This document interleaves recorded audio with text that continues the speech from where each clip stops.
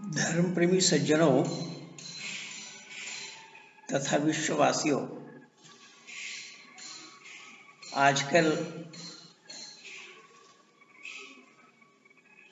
Internet का युग है और इंटरनेट में मेरे ख्याल से सभी लोग देखते हैं, काम करते हैं, अपना वीडियो भी डालते हैं, औरों का वीडियो भी सुनते हैं। ये बहुत बड़ा लाभ इस समय हुआ है मानव समाज के लिए कि मुट्ठी में दुनिया है, या अपने घर बैठे बैठे कोई चाहे कि दुनिया को देखेंगे तो दुनिया का देखा जाना संभव है। इसी श्रृंखला में आप लोग YouTube में ज़रूर एक वीडियो देखे होंगे कि मिस्टर जाकिर नाइक, जिनको अपना गुरु मानता है, जिनका नाम है अहमद दीदाद, शेख अहमद दीदाद, तो इनका मैं एक वीडियो देख रहा था YouTube में, जिसका हेडिंग है चैलेंज ऑफ इस्लाम। आज का मौजू जो है, जैसा कि मिस्टर चेयरमैन ने कहा, वो ये है कि इस्लाम का चैलेंज, यानी इस्लाम एक चैलेंज है दीगर तमाम इज़म्स के लिए, और बहुत ज्यादा खुसूसियत के साथ यहूदियों और ईसाइयों के लिए बहुत ही करीब करीब ताल्लुक है मूसा, ईसा और मोहम्मद की तालीमात का आपस में। इन तमाम पर अल्लाह ताला की 1000 बार रहमतों का नुज़ूल हो भी करो। सो अल्लाह हमें याद दिलाता है, कुरान पाक में वो फरमाता है, वलन तरदा अनकल यहूदो वन नसारा हत्ता तत्ताबिया मिल्लतहुम। ऐ मुसलमानों, यहूदी और ईसाई कभी भी आपसे मुतमईन नहीं होंगे यहां तक कि आप उनके मजहब की पैरवी करने लगें। और वह ईसाइयत के लिए ही बतला रहे हैं। और भारत में जब मुसलमानों का राज था, फिर अंग्रेज कैसे आए और अंग्रेज़ों ने किस तरीके से इस्लाम को दावत दिया और इस्लाम ने किस तरीके से चैलेंज किया या इस्लाम को चैलेंज किया, आदि आदि विषयों पर उन्होंने चर्चा की है। इसी चर्चा को मैंने देखा और अच्छे ढंग से सुना और समझने का भी प्रयास किया। अब मैं सौभाग्य कहूँ या दुर्भाग्य कहूँ, मैं तो क्या बताऊं कि लोग अपने को मानव कहते हैं, इंसान कहते हैं, और इंसान का दारो मदार सब अकल पर है। अकल के बिना पर हमारा नाम इंसान पड़ा, मानव पड़ा। अगर हमने अकल से काम नहीं लिया तो फिर हम मानव न कहलाकर कुछ और कहलाने के लिए मजबूर होना पड़ेगा। जैसा जिसका दिमागी संतुलन बिगड़ जाता है, बुद्धि खराब हो जाती है, लोग उसे पागल कहते हैं। इसका मतलब ये बिल्कुल साफ है कि जो लोग दिमाग से काम लेते हैं उन्हीं का ही नाम मानव है, इंसान है। और जो लोग दिमाग से काम नहीं लेते, दिमाग पर ताला डाल देते हैं या दिमाग से काम लेना नहीं चाहते, ऐसे लोगों के लिए मानव का कहलाना संभव नहीं है।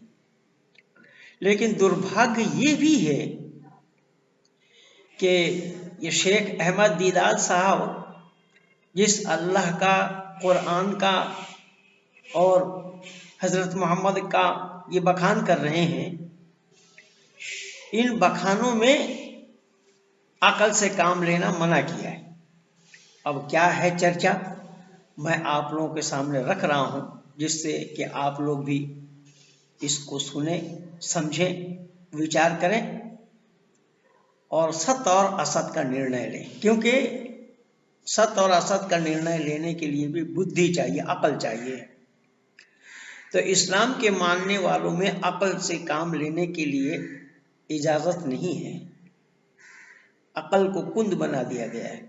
और कुरान में तो अल्लाह ने पहले ही सूरह बकर के अंदर में जिक्र फरमाया है, ज़ालिकल किताबु ला रैब फीह, कोई शक व शुबा की गुंजाइश नहीं इस किताब के अंदर। अब उसमें शक है भी या हो भी, फिर भी आप शक नहीं कर सकते।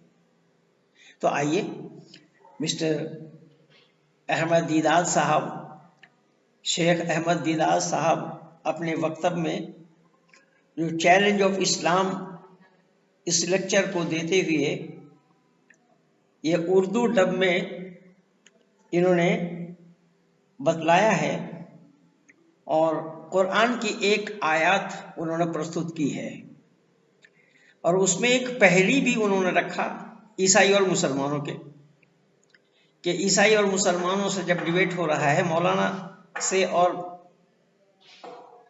बाइबल के विद्वानों से जब डिबेट हो रहा है, तो बाइबल वालों ने पूछा मौलाना साहब से कि आपका मोहम्मद इस समय कहाँ है? तो मौलाना ने जवाब दिया कि अर्श मुअल्ला पर, यानी जन्नतुल फिरदौस में है, और जन्नतुल फिरदौस बिल्कुल अर्श मुअल्ला से सटा हुआ है, जो जन्नत का सबसे उचला स्तर है, बिल्कुल समझिए फर्स्ट क्लास, जिसको फर्स्ट क्लास बताया जाता है, वहाँ है। तो पादरी ने पूछा या बाइबल के जानकार ने पूछा कि आपके नवासे यानी फातिमा के लड़के जिनको कुर्बानी किया गया, तो क्या आपके हुजूर ने अल्लाह से दरियाफ्त नहीं की, फरियाद नहीं किया कि उनको बचा लेते, आपके नवासे थे? तो उन्होंने एक पहेली में और बताया, किस्सा बड़ा लंबा है, मैं बहुत शॉर्ट कर रहा हूं। तो हजरत ईसा को अल्लाह का बेटा बताया जाता है, तो उन्होंने उस नहला पर दहला चला दिया, बताया कि जब अल्लाह अपने बेटे को नहीं बचा पाए तो हमारे नवासा को क्या बचाते। अब देखिए, ये अक्लमंद कह रहे हैं और दोनों ही अकल से परे की बात है, दोनों ही निर्बुद्धिता की बात है कि इंसानी काम तो परमात्मा का है ही नहीं और ये वो काम अल्लाह से लेना चाह रहे हैं। यानी दोनों ही, किसी का गप है तो किसी का गप्पा है, या नहला पर दहला चलाया। लेकिन अहमद दीदार आगे क्या कह रहे हैं वो सुनिएगा जरा। उन्होंने क्या बताया, कुरान का एक आयत का हवाला दिया जो सूरह बकर आयत नंबर 120 का है, जबकि उन्होंने पूरी आयत नहीं पढ़ी, छोटा सा एक टुकड़ा सुनाया। वो क्या है कि वलन तर्दा अनकल यहूद वलन नसारा हत्ता तत्तबिअ मिल्लतहुम, यहां तक बोला उन्होंने। फिर सुनिएगा कि वलन तर्दा अनकल यहूद वलन नसारा हत्ता तत्तबिअ मिल्लतहुम, लेकिन आयत यहीं तक पूरी नहीं, आयत आगे तक है, कुल इन हुदल्लाहि हुवल हुदा वला इन इत्तबअत अहवाअहुम बअदल्लज़ी जाअक मिनल इल्म मा लक मिनल्लाहि मिन वलिय्यिन वला नसीर। ये बताया है। और यहाँ इसके शाब्दिक अर्थ क्या है, लफ्जी मानी क्या है? यहाँ कहा गया है कि और ए रसूल, ना तो यहूदी कभी तुमसे रजामंद होंगे, शब्द पर ध्यान देना। अल्लाह ने क्या बताया, हम अपने मोहम्मद से, अपने रसूल से बतला रहे हैं कि ए रसूल, यह यहूदी तुमसे कभी रजामंद नहीं होंगे, तुमसे संतुष्ट नहीं होंगे, और नसरा तुमसे संतुष्ट होंगे कि तुम उनके मजहब की पैरवी करो, तुम उनकी मजहबी की पैरवी करो, लेकिन वो तुम्हारी बात नहीं सुनेंगे। ए रसूल, उनसे कहो, उनसे कह दो कि बस खुदा ही की हिदायत तो हिदायत है, बाकी ढकोसला है। देखिए, खुदा की हिदायत तो हिदायत है, बाकी ढकोसला है। अब सवाल पैदा होता है कि यहूदी और नसरा, जिस कौम की बात की गई यहाँ पर, यहूदी और नसरा कौम को चलने चलाने के लिए वो भी तो खुदा की दी हुई किताब थी, खुदा का ही दिया हुआ हुक्म था। तौरात या ज़बूर, फिर इंजील। तो जब ये खुदा की हिदायत ही हिदायत है, बाकी सब ढकोसला है, तो खुदा की हिदायत वो नहीं क्या केवल कुरान ही खुदा की हिदायत क्यों और कैसे हो जाएगी? वो भी तो अल्लाह की दी हुई हिदायत थी खुदा की। यानी अपने बात को अपने आप ही काट रहे हैं। केवल इतना नहीं, इसमें देखिए बड़ा मजेदार बातें हैं, मैं आपको बता रहा हूं। और अगर तुम उसके बाद भी कि तुम्हारे पास इल्म कुरान आ चुका है, अब देखिए कुरान आ चुका है, अब कुरान इससे पहले जब नहीं आया था तो उस समय के लोग इल्म वाले थे या मूर्ख थे, जाहिल थे, अनपढ़ थे, गंवार थे, वो भी तो अल्लाह की दी हुई किताबों को फॉलो करते थे, जिसको तौरात बताएगा पहली किताब। तो फिर ये कहना अल्लाह का कहां तक सही है?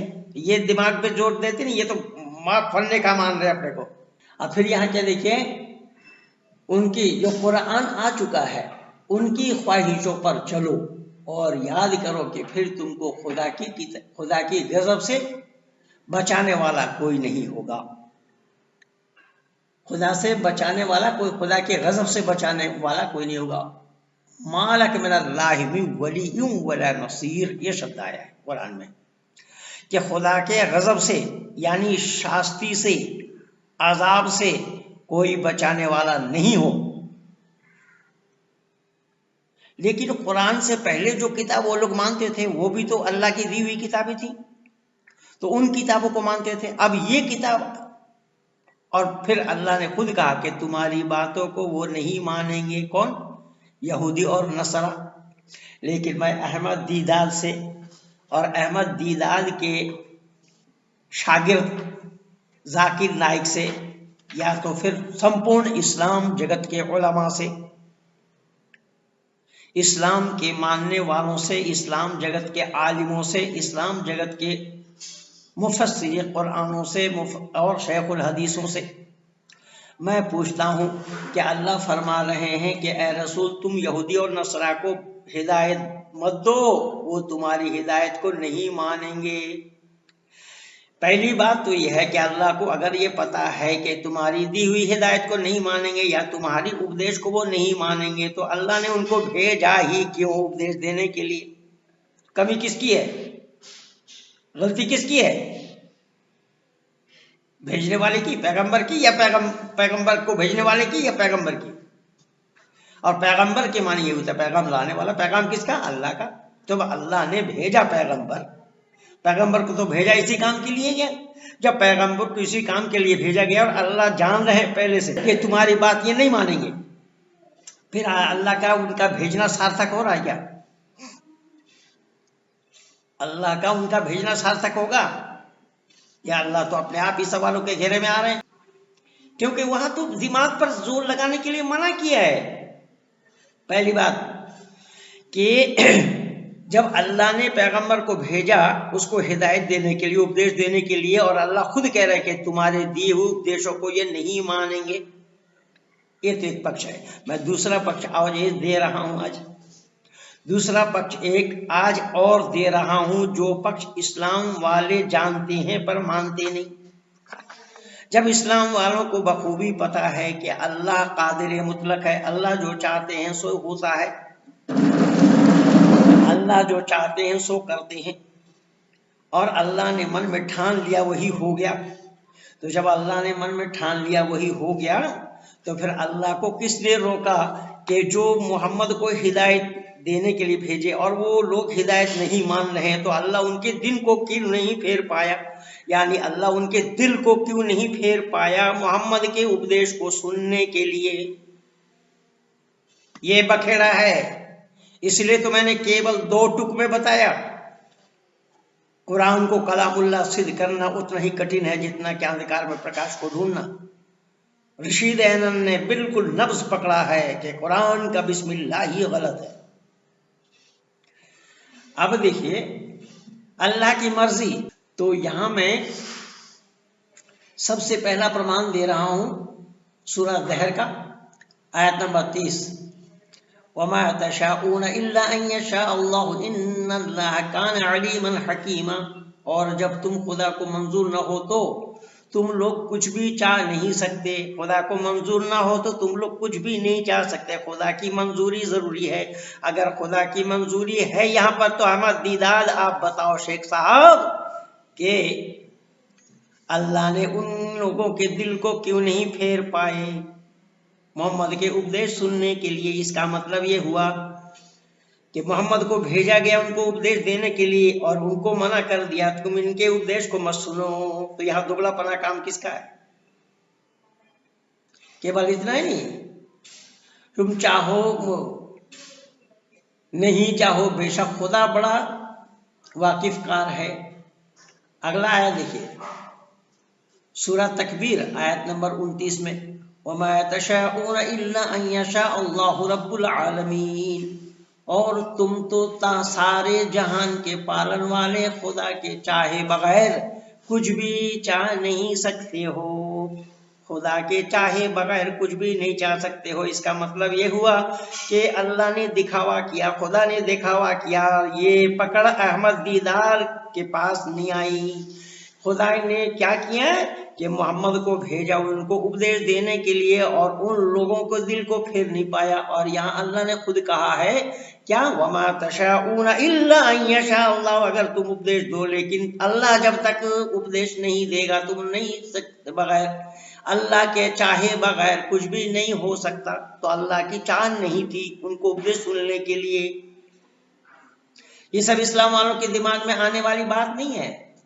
केवल इतना ही नहीं, यहाँ सूरह आला आयत नंबर 7 में अल्लाह ने जिक्र फरमाया, इल्ला माशा अल्लाह इन्नहु यअलमुल जहर वमा यख्फा, मगर जो खुदा चाहे बेशक वो खुली बात को भी जानता है और छुपी बातों को भी जानता है। अगर खुदा चाहे, लेकिन खुदा की चाह नहीं है कि मोहम्मद उन लोगों को उपदेश दे। तो कुरान वो भी जो अहमद दीदार सुनाया वलन तरदन कल यहूद, वो भी कुरान है, और जो मैं दे रहा हूँ ये भी कुरान है। मतलब ये हुआ परस्पर विरोधी बातें, जवाब नहीं दे सकते, कयामत तक मैं समय दे रखा हूं। और ये एक दो नहीं, मैं इसी तरीके से यहां पर लगभग 42 आयत निकाला हूं इसी तरीके का। आगे क्या बताया, सूरह इमरान में अल्लाह ने जिक्र फरमाया है, मा यफ़अलुल्लाहु बिअज़ाबिकुम इन शकरतुम व आमनतुम व कान अल्लाहु शाकिरन अलीमा, अगर तुमने खुदा का शुक्रिया अदा किया, उस पर ईमान लाए, तो खुदा तुम पर अजाब करके क्या करेगा, बल्कि खुदा तो खुद शुक्र करने वालों के हमदर्द हैं और वाकिफकार हैं। अल्लाह के पास इन सवालों का जवाब नहीं है और न इस्लाम वाले दे सकते। आगे क्या बताइए, तो भरा पड़ा है, यमहुल्लाहु मा यशा व युस्बित व इंदहु उम्मुल किताब। फिर हमने इस खुदा की उसकी चाहत, जिसको चाहता है खुदा, जिसको चाहता है मिटा देता है और जिसको चाहता है बाकी रहता है। और उसके पास असल किताब लौहे महफूज पर सुरक्षित है। सूरह राद आयत नंबर 39 में अल्लाह ने जिक्र फरमाया, लौहे महफूज पर यह कुरान सुरक्षित है। तो इसका मतलब धरती पर जो कुरान है ये असली कुरान नहीं है। आगे देखिए क्या बताया, वलिल्लाहि मा फिस समावाति व मा फिल अर्दि यगफिरु लिमन यशा व युअज़्ज़िबु मन यशा वल्लाहु गफूरुर रहीम। सूरह इमरान आयत नंबर 129 में बताया, और जो कुछ आसमानों में है और जो कुछ जमीनों में है सब खुदा की ही है, जिसको चाहे बख्श दे और जिसको चाहे सजा दे। अगर जिसको चाहे बख्श दे और जिसको चाहे सजा दे, कि खुदा बड़ा बख्शने वाला मेहरबान है। अगर ये बात खुदा की सही है, सच है, तो फिर मोहम्मद का उपदेश उन यहूदी और नसराओं ने क्यों नहीं सुना? खुदा उनके दिलों पर मोहर लगा दी। ऐसा ही मैं 60 प्रमाण मौजूद किया हूं, कुरान से ही निकाला, इसलिए मैं निवेदन कर रहा हूं